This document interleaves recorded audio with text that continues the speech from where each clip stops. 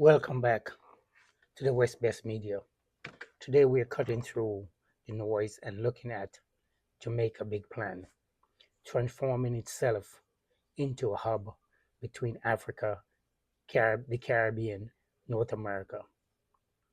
Airports, wharfs, highway, even billion-dollar oil deal. It all points to one thing: Jamaica is rising as a bridge to the Atlantic.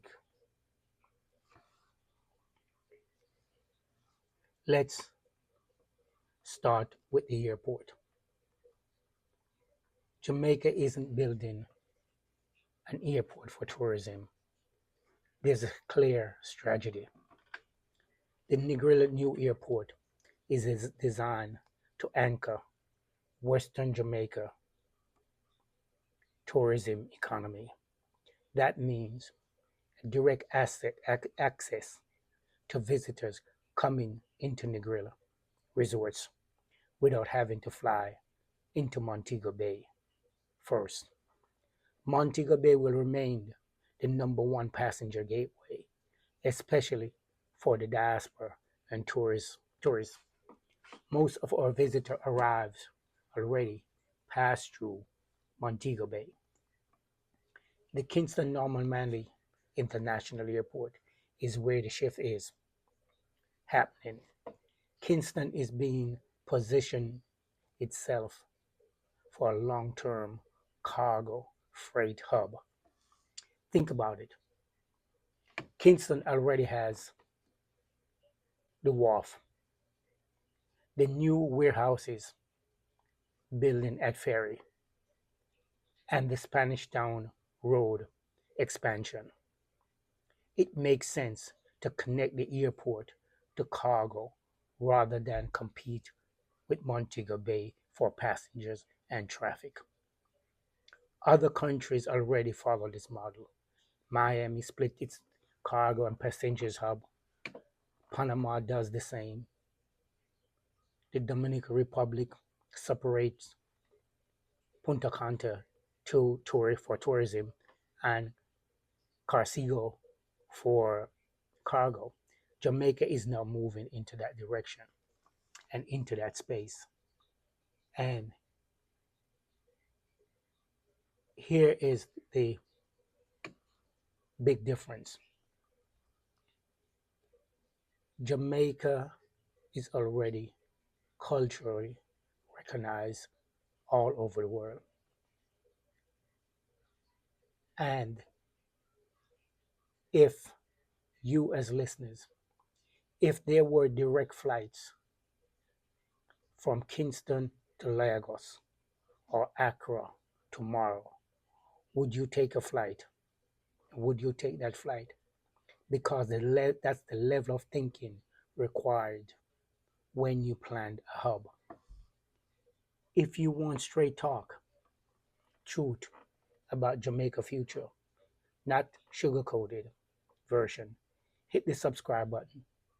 And now let's share this podcast with someone who you cares about or who cares about the island growth. Now let's move from the sky to the sea. Kingston Freeport has been expanding for years. Deeper berth, bigger cranes, more container spaces. That position us directly in competition with Panama and the Dominican.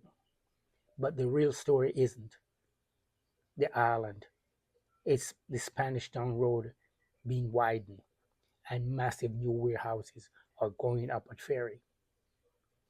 Just before you enter Kingston, this isn't cosmetic. It's about moving container from ship warehouses to highway with speed and efficiency. Then there's the South Coast, Black River, and Salvamar are being discussed as possible second wharfs. If they are redeveloped, it creates another layer of capacity. Small ports feeding into bigger hub in Kingston. This is what logistics corridor looks like. Air for passenger and flight and freight, sea for shipment, road widen for trucks, for larger trucks, warehouses for storages and redistribution. This isn't random construction. This is architecture of a hub, and it's unfolding right in front of us. But you can't run an airport and ports if your lights are flickering. Energy is the foundation. That's where this $30 billion oil deal comes in. Whether you agree with it or not, it signals confidence. Jamaica is making moves to secure stable energy supply. And let's not forget offshore exploration. The United Oil and Gas Company has extended its exploration license to 2028 for the Walton Morant block off the south coast of Jamaica. That's close to St. Elizabeth. These companies don't extend unless the data looks positive or promising. No company just gonna throw away money. Leases are expensive. Those kind of leases are very expensive. I am now no, I'm not saying Jamaica is about to become the next Nigeria or the next Venezuela, but I'm saying this: energy investment shows Jamaica is thinking about how to power ports, airports, and then industrial in the long run, not for short term. Other nations have lessons we can learn from. Nigeria had oil, wealth, but corruption swallowed it up. Ghana used its oil money to stabilize its economy, but faces debt crisis. Jamaica has the opportunity to do it better if we use energy investment to fund infrastructures, renewables, and training, not just politics. Don't just listen, be part of this journey. Like this episode, drop a comment with your thoughts on Jamaica oil deal, and make sure you subscribe so you don't miss the next breakdown. Now let's talk about the hubs matters and how the hub matters on the global stage. The African Union regional policy. The African Union designated the Caribbean as its sixth region. Now that's policy recognition. It recognized the diaspora as part of Africa. That means Jamaica isn't just another island. It is part of the African family in policy, not just cultural. Just a little insight here. I've met several Africans, and a lot of them thought that Jamaica was already in Africa. Now, here's the big play: the Africa Exim Bank, which already set up shop in the Caribbean. This isn't symbol, it's money, finance, trade, investment pipelines flowing between Africa and the Caribbean. Direct flights between Kingston or Montego Bay, and African capitals are being discussed. Imagine the future where goods and passengers flow seamlessly across the Atlantic from Africa into Jamaica, then out into the Caribbean and North America. And let's not forget culture, reggae music, Rastafari, Jamaican food, athletes. Jamaica is a culture powerhouse in the world. It already has Pan African written all over it. People across Africa sees Jamaica as a cultural giant. People across Africa already see Jamaica as an African country.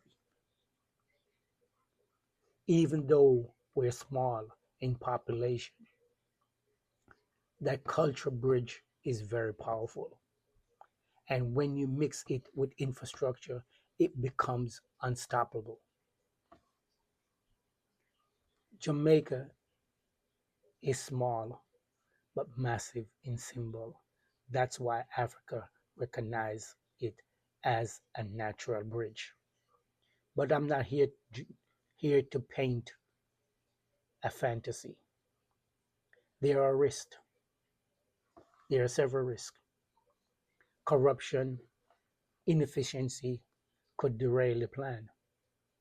Competing hubs, Panama, Dominica, Miami, are already well established.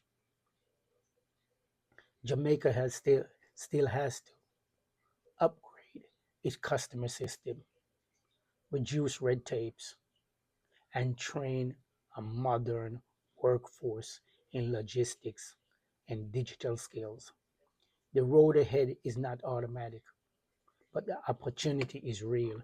If Jamaica execute properly, it becomes more than just a tourism island. It becomes a strategic bridge for economic. Now, airports, wharves, warehouses, energy, and culture, it all come together. Jamaica big plan is clear to the bridge of the Atlantic, connecting Africa, the Caribbean, and North America. The question isn't if we can, it's whether we'll get it right. If you believe in Jamaica and you believe Jamaica can rise, subscribe right now, share this episode with your network, and check out my last episode on the $30 billion oil deal and Jamaica New Airport. Every view, every share pushes the truth forward. So, my brothers and sisters, peace, one love. See you in the next video. Have a blessed day.